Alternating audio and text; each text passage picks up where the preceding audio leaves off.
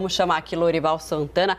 Eu estava de folga, não contei com a participação de Lorival Santana aqui ao vivo. Que honra, Lorival. Seja bem-vindo aqui ao live. Você já estava participando esses dias, né? E você sobreviveu a um trava-línguas, né? 130 trilhões. É mesmo, é Vou quase treinar. um prato de trigo. É muito dinheiro. Agora precisa estabelecer direito essas metas para saber se de fato todos os países vão conseguir, e entre eles o Brasil, que tem uma meta aí audaciosa também de reduzir em 50% a emissão de gases poluentes até 2030. Exato. Atualmente a oferta era pelo Acordo de Paris, 100 bilhões de dólares por ano. A partir de janeiro de 2020, o dinheiro não apareceu. O ministro do Meio Ambiente, Joaquim Leite, está indo no domingo para Glasgow, vai pedir $1 trilhão para o mundo em desenvolvimento por ano.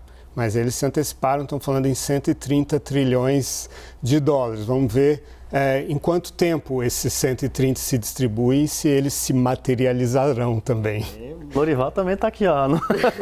Só de trava-língua também. Lorival, Cheio de trava-línguas. agora esses 130 trilhões de dólares dependem de projetos. Como que funciona isso? Qual que é a apresentação? Qual a expectativa? Exato, são projetos que ou preservam a floresta que está de pé, ou recuperam a floresta que foi derrubada, né? E aí tem uma série de possibilidades, tem reflorestamento, tem agricultura mais floresta, tem, enfim, e tem outras medidas que ajudam o meio ambiente, que reduzem emissões de gases. A gente tem falado aqui da agropecuária, que 30%, né, do rebanho mundial emite o gás metano, enfim. Tem aí uma série de possibilidades e o Brasil tem as tecnologias. Falta agora ter os projetos, engenharia. Essa sempre foi um desafio do Brasil. O Brasil não tem sido muito bom nos últimos anos para desenvolver projetos. Inclusive, vários países estão com essa meta também de reduzir a emissão de metano, né, de gás metano,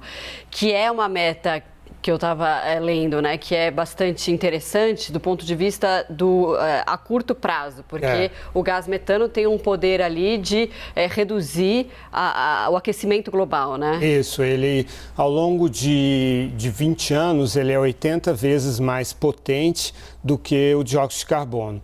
Ao longo de 100 anos, ele é 28 vezes mais potente, porque ele vai se dissipando na atmosfera, né? Em 12 anos, a maior parte dele se dissipa.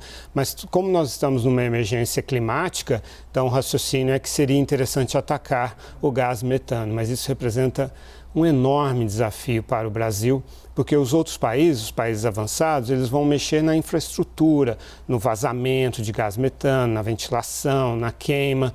A nossa emissão de gás metano é predominantemente da agropecuária. Nós temos que mexer numa agropecuária que, por sua vez, é predominantemente atrasada, não é o grande agronegócio.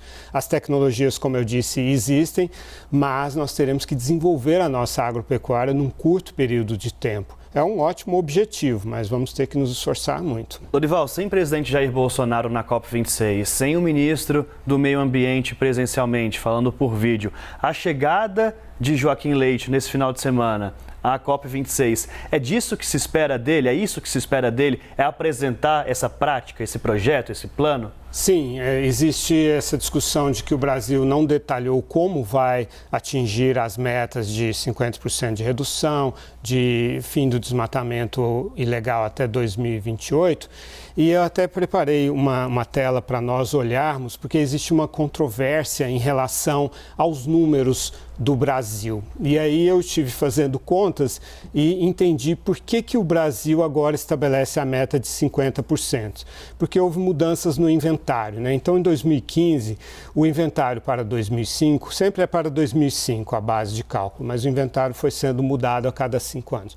O inventário era 2,1 bilhões de toneladas de CO2 equivalente. Então, 43%, que era a nossa meta, daria 1,2 bilhão que nós poderíamos emitir, então, né?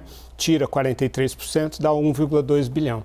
Aí, a gente manteve no ano passado a meta de 43% e o nosso inventário para 2005 tinha sido recalculado para 2,8 bilhões. Então, a gente poderia emitir 1,6 bilhão de toneladas, ou seja, a gente estava se permitindo emitir mais ao manter a porcentagem. Mas agora o Brasil, então, revê para 50% e volta ao Acordo de Paris, a nossa primeira meta que nós depositamos lá, de 1,2 bilhão. Então, a crítica é que, enquanto os outros países aumentaram as suas porcentagens, o Brasil não aumentou. Entretanto, o Brasil partiu de uma porcentagem muito alta. Naquela época, os Estados Unidos apresentaram uma meta de 26% e nós apresentamos de 43%. Né? A União Europeia apresentou uma meta de 40% sobre o inventário de 1990. Não 2005, mas é parecido. A diferença é pequena nas emissões. Então, 40%, a gente apresentou 43% na época. Agora, a União Europeia está com uma meta de 55%, a gente está com uma meta de 50%. Então, a discussão é como que você vê essa questão. Quer dizer, do ponto de vista percentual, nós estamos alinhados com os Estados Unidos e União Europeia. Do ponto de vista de esforço, nós não estamos fazendo um maior esforço. Mas qual é o cálculo estratégico do governo? Nós vamos reduzir queimadas, vamos reduzir desmatamento, isso é o governo dizendo, né? Já estamos reduzindo, aumentando a fiscalização, caiu 14% entre julho e setembro. Mas há esperança de aumentar a atividade econômica e quando aumenta a atividade econômica, aumenta a emissão pela queima de combustíveis. E nós temos muito menos margem do que o mundo desenvolvido para reduzir as emissões na queima de combustíveis. Por quê? A nossa matriz é muito mais limpa, enquanto o mundo tem 25% só de uso de energia renovável, nós temos 83%. Então, o mundo desenvolvido tem muito mais condições de reduzir as suas emissões, mantendo a atividade econômica, do que nós. Essa que é a grande equação. Aí, excelente a explicação de Lorival Santana, detalhando que, ou seja, na prática, a meta mesmo é a mesma de 2015 do Acordo de Paris. Em volume de emissão, sim. Tá aí. E, Lorival, a gente, né, na verdade, você mostrou ali os números, aí a gente fala assim, nossa, mas mudou para 50%, né, a meta. Você pensa que é mais, mas na verdade, como o Dani falou, é relativamente igual à de 2015, é isso? E aí você fala da nossa característica e tal. Na sua avaliação, você acha que, do jeito que está, essa meta que foi anunciada, né, é só para a gente ter uma imagem boa, já que está uma imagem muito desgastada em relação ao desmatamento, a falta de comprometimento com o meio ambiente, ou de fato a gente pode conseguir? Bom, até temos agora uma outra tela, Marcela, justamente mostrando aquela questão das metas dos outros países, né? Olha lá, Estados Unidos saltou de 26 para 50, União Europeia de 40 para 55 e Reino Unido, esse sim é que tem feito um esforço brutal. O que o Reino Unido fez? Subiu o uso de energia eólica de 2% para 30%. Até o ministro Bento Albuquerque das Minas e Energias foi visitar esse parque eólico do Reino Unido. Por outro lado, é uma energia que a gente podia investir mais aqui no Brasil e não investe, né? É bem verdade que no Reino Unido venta muito, né? Vocês que provavelmente já foram a Londres viram isso. Mas Marcela, voltando à sua questão, olha, existem duas visões, né? A visão de que, bom, a ciência de lá para cá mostrou que as metas do Acordo de Paris não serão suficientes para chegar a conter em 1,5 o aquecimento do planeta. Com as metas de 2015, o planeta aquece 2,70 graus, 2,7 graus até 2050.